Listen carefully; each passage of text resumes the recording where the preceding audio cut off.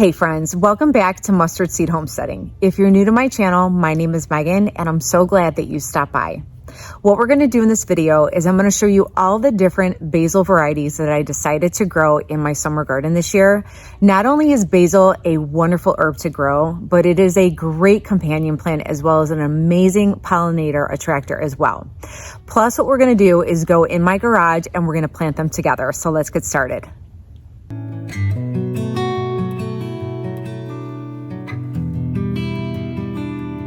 All right, friends, the first thing we're going to do is grab my binder of seeds. This has all my brand new seed packets that I've not used, and I'm just going to check and see if there are any varieties that I've not grown yet or any that I may need to replace. Then I'm going to grab my basket of seeds that I've already used that were left over from previous seasons and checking to see what I'd like to grow from there, or if I need to replace any from the binder that I may be running low on. Here I grabbed 2 new varieties of basil that I'd like to try this year. Plus, I'm definitely running low on the red Reuben basil, so I'm going to grab some of that as well. Now, I do have a video on how I organize my seeds, and I can leave that in the description below if you would like to check that out. Now, these in the basket that I'm grabbing are all basil that I've grown previously. I love every single one of them, and I'm really looking forward to trying some seed that I saved as well. Now, the next step that I'm taking is plugging in everything that I'm growing into this new software that I've started using called SeedTime. I still do plan to write everything out on paper because I do like to plan everything out and journal in my garden planner, but I have been loving this for the ability to have specific calendars for certain vegetables. And it calculates everything from starting seed, preparing the bed, cultivating, as well as harvesting. It's been very helpful. And so what I'm going to show you here is how I plug in a few plants so that you can see how it works and get somewhat of an idea. If you are interested, I do have a link below.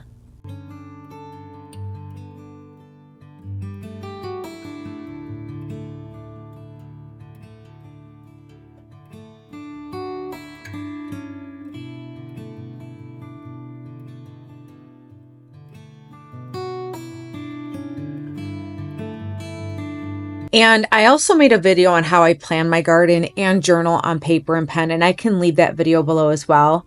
I personally enjoy a mix of using my phone and computer and software like this, as well as some paper and pen and pencil. Both in conjunction has helped me a lot in my garden. Now, this software does have a lot to it. It has a journal that you can use. You can even do a full layout of your garden visually.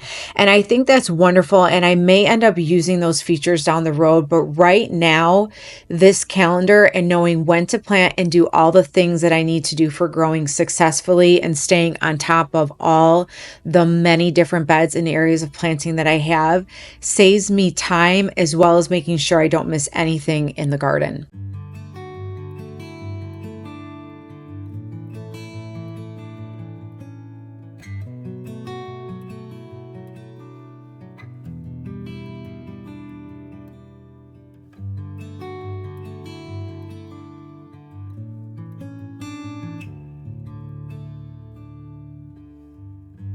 I also love how I have control over how many weeks I want to start a plant before the frost date.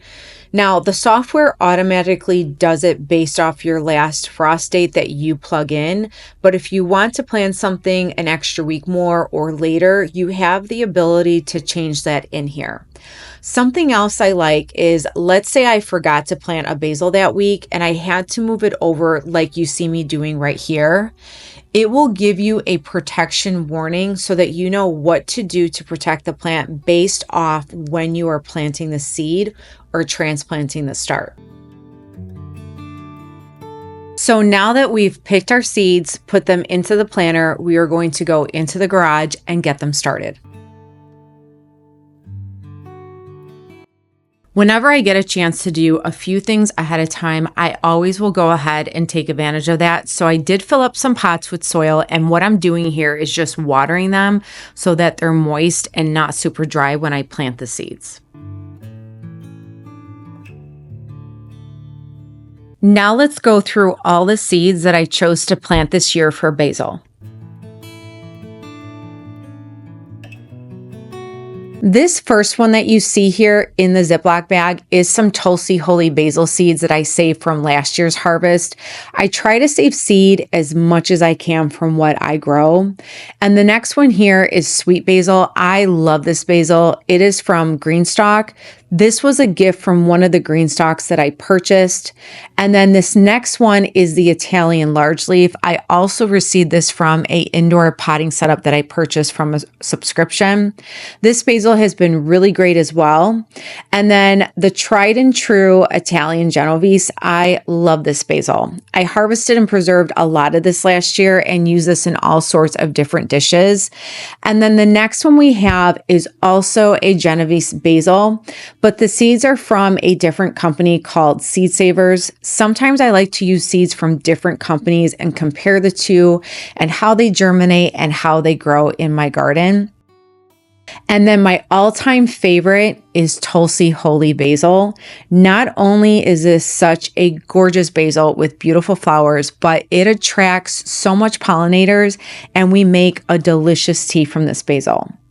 The next one here is a dwarf Greek basil. This is the cutest little basil plant I've ever planted. I use this on my pizzas and all sorts of dishes, and it's just a great addition to the garden. And then of course the lemon basil, one of my favorites. It not only tastes amazing, but it smells amazing. And then my red Reuben basil. This is a very productive basil. And when I tell you the purple leaves are gorgeous, they are just stunning in the garden. This is something I will more than likely be growing every year. And then this is a new one for me, Piccolini basil. It's kind of like the dwarf basil. And so I want to try and see how well this grows and what this does in my garden. And then this next one is also new, and I'm really looking forward to the mammoth basil because the leaves are so large, and I'm hoping to try this as a wrap, almost like a lettuce leaf. So I'm looking forward to trying that as well.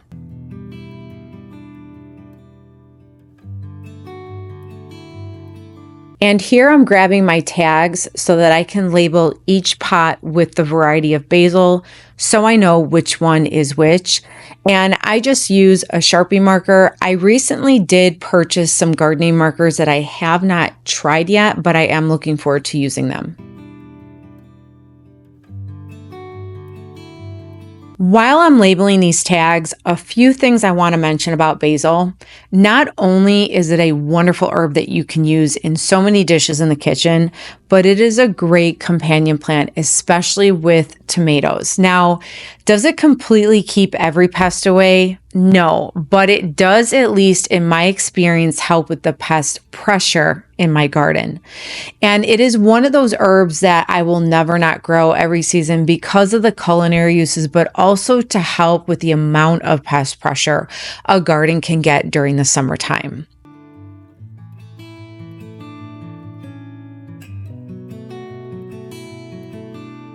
Now, what I like to do is take a garden staple and I will make little indents in each pot to try to have even spaces in between the seeds for when the plant grows.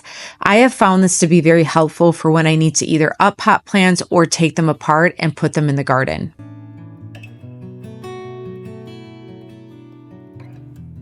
Something I want to show you, and I've shared this on previous seed starting videos, is this tape.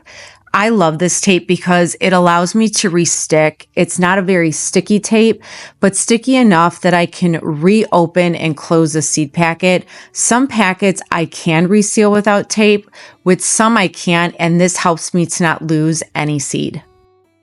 As you can see, basil seed is not only very small, but it's a darker color, which means it blends into the soil very easily. So the way I plant this is I sprinkle them in the 4 indentations that I made in the pot, and then I will add soil and pat it down on top of the seeds. Basil is supposed to be planted 1/4 inch into the soil, which is why I make small indentations and then sprinkle the soil on top.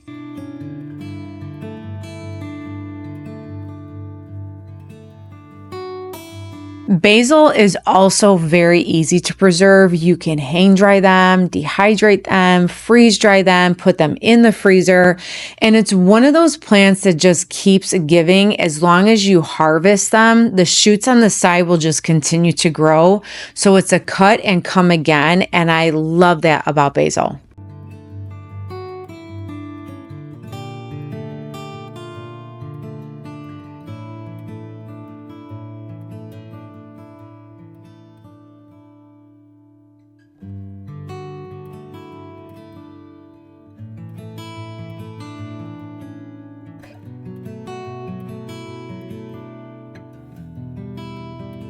So what kind of herbs or basil do you like to grow as companion plants in your garden? Share them below if you can. I always love to hear what others use and how they use it. In the last year, I have been trying to be more purposeful in growing more herbs for various reasons, but one of them being a companion plant for the garden to help with the pest pressure and potential insect damage, because it can take up so much of my time trying to fix the problem when it comes to bugs and insects taking over my garden. And if I can plant a few herbs next to specific plants to help, it's a win-win for me because it helps to save that time, but now I'm also growing herbs.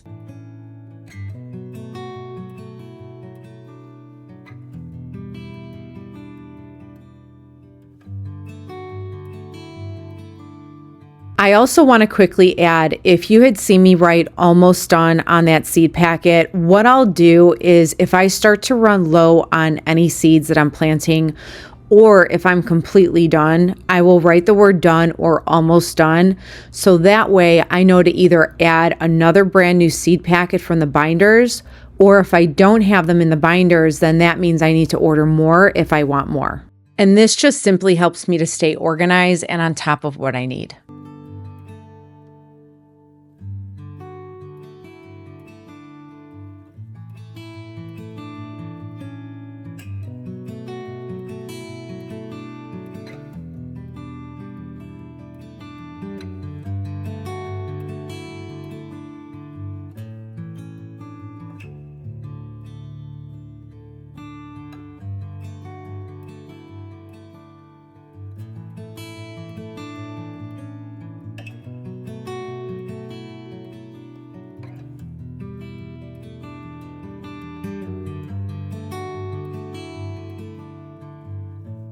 So here's what I mean about sprinkling some soil on top of the seeds.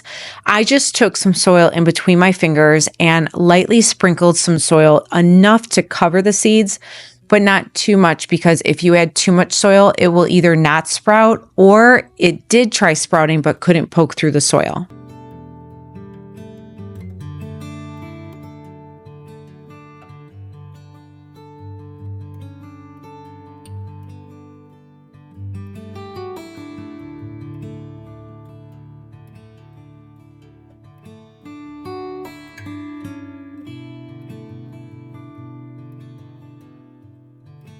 Now I'm just going to water the top so that the seeds can get acclimated to its new home, and as I like to always say, melt it all together. And for the rest of the tray, as I make my little indentations, we are going to plant a couple of flowers as well as some cilantro. So the first seed packet is the cilantro. I absolutely love growing this in my garden in the springtime. It is the perfect time to grow it. The next one is the Orange King calendula. I've had a hard time growing these. I've grown a few, but I'm going to try and grow them again this year in different varieties. And this next one is the Pacific apricot. It is such a beautiful yellow color.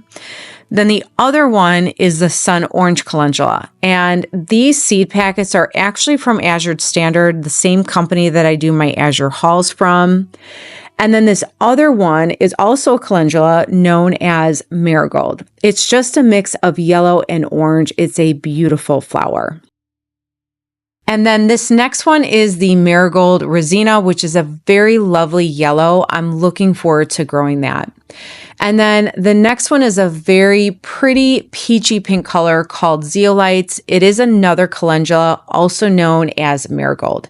It's a beautiful flower.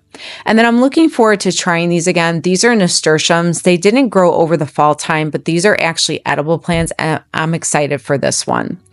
And then sweet alyssum is a great companion plant, and they're gorgeous, which is why I'm growing those. And then Ignatia, so I'm growing the botanical interest seeds as well as the next one from M.I. Gardner. Coneflower and Ignatia is the same thing. I had a really hard time growing this last year, so I'm determined to try them again. And then, of course, zinnias. Oh my goodness, I love zinnias. I cannot wait to grow these because it's an assortment of colors.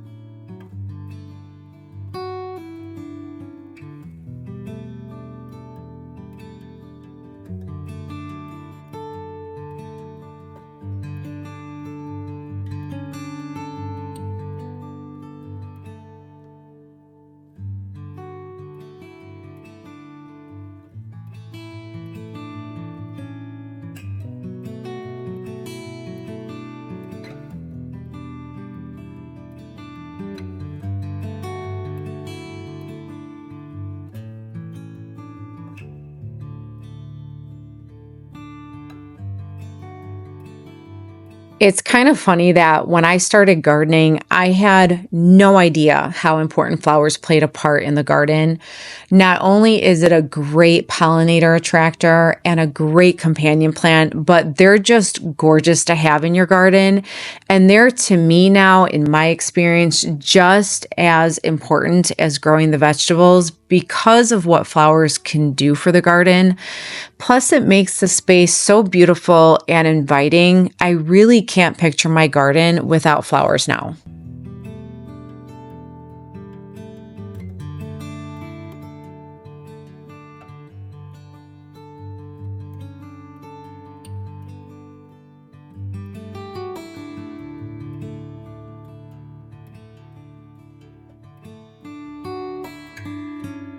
Now, cilantro seeds, when you plant these, they need to be planted differently. They're to be planted a half an inch deep into the soil. So while they look like they're more on the surface, I plan to add extra soil on these specifically. I'm also adding a lot more cilantro seed to these because I want to plant heavy in these little pots.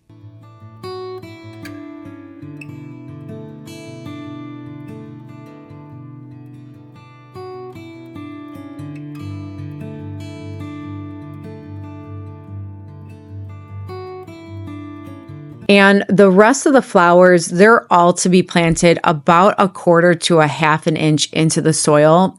So I'm pretty much laying these in the indentations that I made and then adding extra soil over them at the end, just like I did with the basil.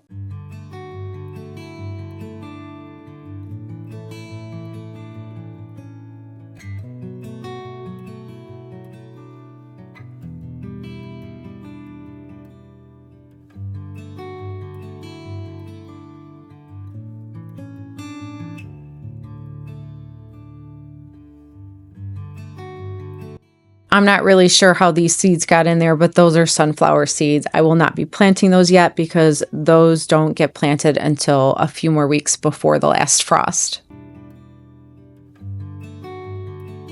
Now, one flower that I cannot wait to grow again are dahlias. The dahlias that I grew in my garden, if you saw my garden tours in the summertime, were so vibrantly beautiful. It was this deep, gorgeous purple color, and some of them were the size of my hand, and I really miss cutting them fresh and bringing them into the kitchen on the counter as a centerpiece. I'm really looking forward to the summer garden again.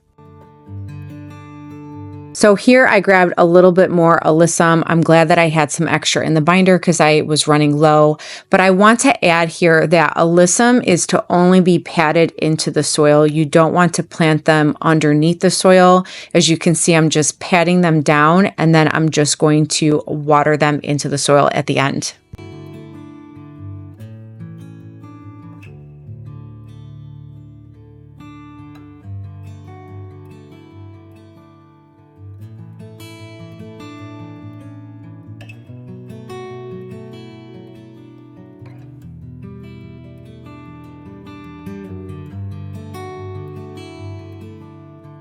Lastly, we're just adding some soil on the tops so that we can make sure that these seeds are covered, and then we're going to water them in and put them on the seed racks.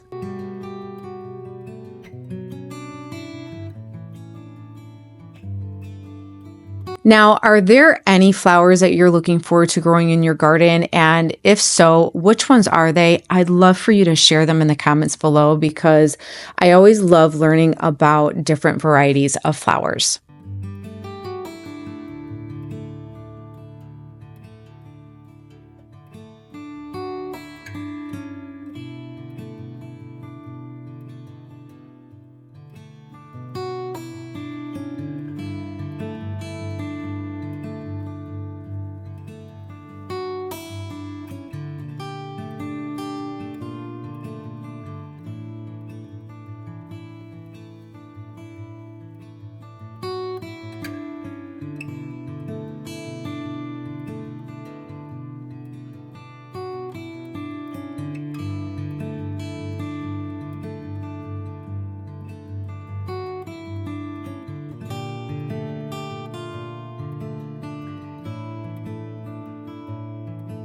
And the very last thing I'm going to do is put a dome over the seedlings. Even though my garage, for the most part, is pretty warm and it's attached to the house, it still does get cold, and this just ensures a better chance of germination.